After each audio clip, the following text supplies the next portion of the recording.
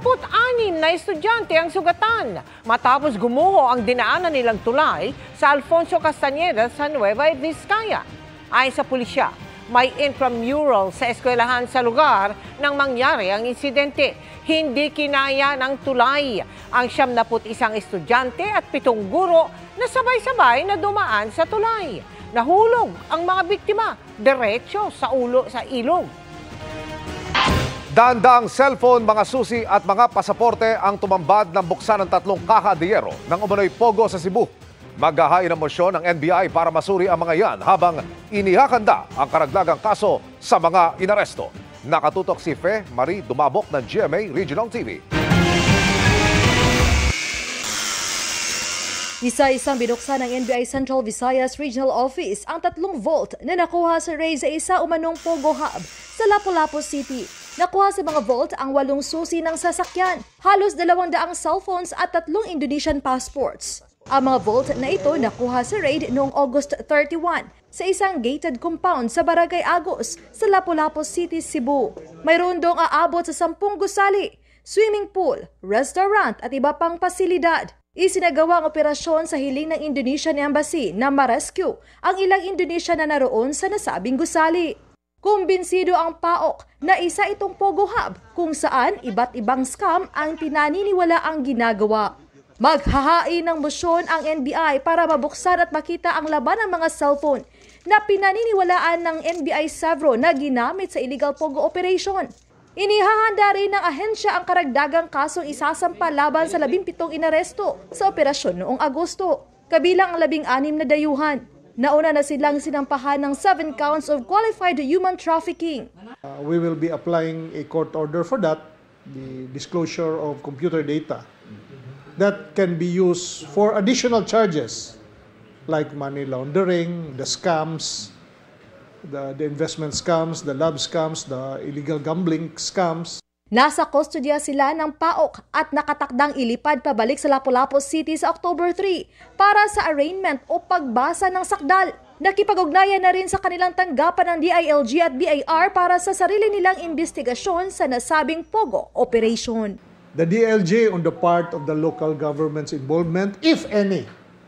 The Bureau of Internal Revenue on part of the taxes. Para sa GMA Regional TV at GMA Integrated News, Fe Marie Dumabok, nakatutok 24 oras. Tinutugis na ang nasa likod ng pamamaril sa isang construction worker sa Cainta sa Rizal. Isa sa mga tinitignang motibo, illegal na droga. Nakatutok si EJ Gomez, exclusive. Labis ang iyak ng kaanak ng 35 anyos na lalaking ito nang madatnan siyang nakahandusay at wala ng buhay sa kalsada. Ang lalaki, binaril nitong Martes sa Cainta, Rizal. Base sa investigasyon ng pulisya, binabaybay ng biktima sakay ng kanyang motor ang West Bank Road sa Barangay San Andres nang maganap ang pamamaril.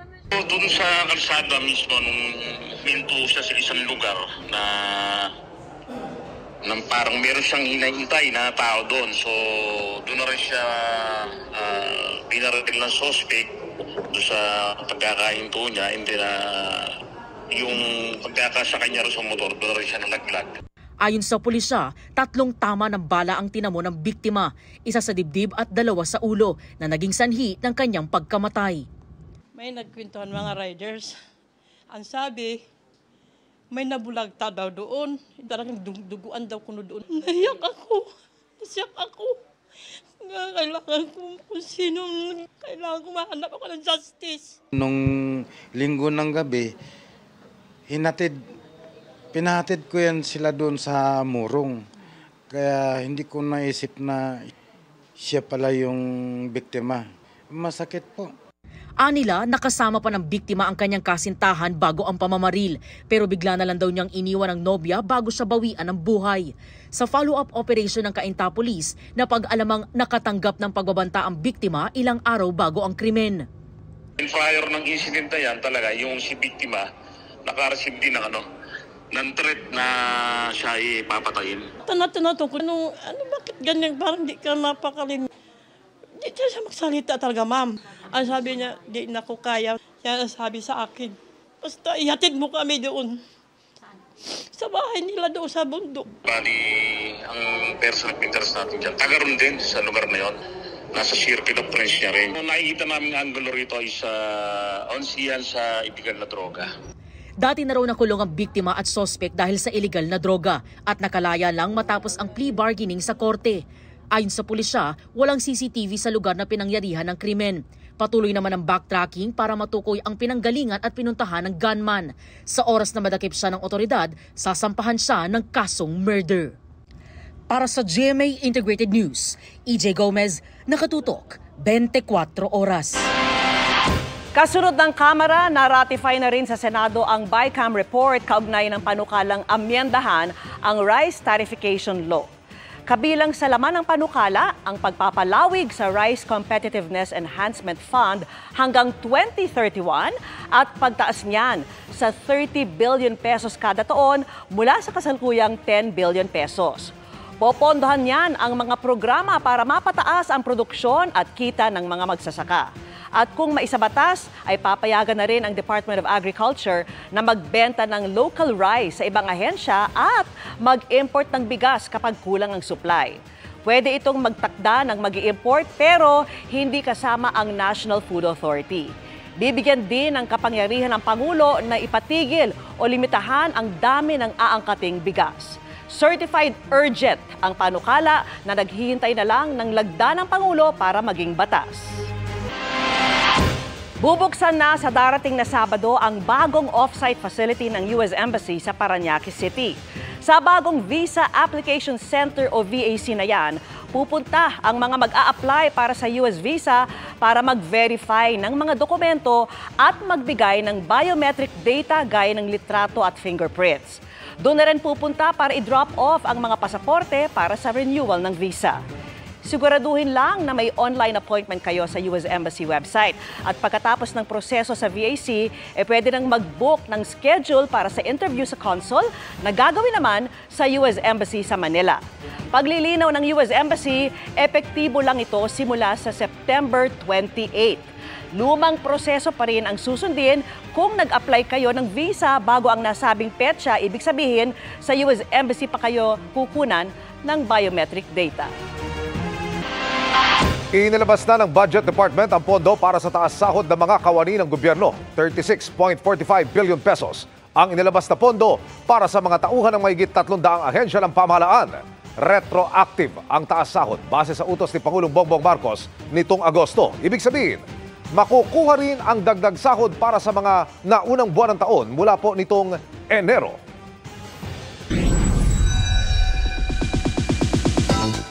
Match made in heaven ang boses ni Jillian Ward at ng members ng Filipino-Japanese band Sky Garden na nag-collab para sa soundtrack ng Pulang Araw.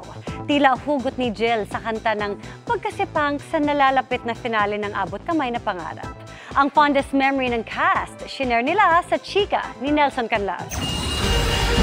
Pasensya na, kami na humbala dito. Only a few weeks to go. Mapapanood na natin ang pagtatapos ng Certified Top Rating Afternoon Prime Series na Abot Kamay na Pangarap. Mula sa naging journey ng mag-inang Doc Annalyn played by Jillian Ward at Lynette na ginagampanan ni Carmina Villaruel, hanggang sa pagkakadugtong ng buhay nila kay Dr. Robert Tanyag na ginagampanan ni Richard Yap. Pati ang mga nakakainis na tagpo na hatid ni Pinky Amador na gumaganap bilang Moira. Mamimiss di lang ng mga manonood, kundi pati na rin ng cast ng serye. I think magkakaroon talaga kami ng sipangs pag natapos na to. Kasi ngayon pa lang yung iba na may separation anxiety na. Bago magpaalam ang mga bida ng Abot Kamay na Pangarap, tinanong muna namin sila ng kanilang mga hindi malilimutang mga eksena. Marami siyang dinadaanan na pagdurusa, pambayad sa lahat ng kasamaan na ginagawa niya. So lahat na yun, yung nalublub ako sa imburnal, na pinagsuot ako ng pig's costume, na dumaan ako sa parang survivor na nandun yung, syempre lahat ng mga iyak. Sa 2 years po, napakarami na po talaga. Pero siguro yung mga times na mas personal sa amin po, yung nararamdaman namin, hindi na siya sa eksena yung nadadala na talaga kami ng emosyon. Personal na yung hugot hindi na lang siya in character. Para kay Doc Annalyn, bittersweet daw ang pagtatapos ng abot kamay na pangarap. Nung unang in-announce po sa amin, umiiyak kaming lahat. Sobra na po yung binigay na blessings ni God. And I think it's time na rin po para sa bagong chapter ng mga buhay namin. Si Jill, bago mag-goodbye as Doc Annalyn, nag-hello muna sa kanyang recording artist era. Bukod sa bagong single na Be All Mine,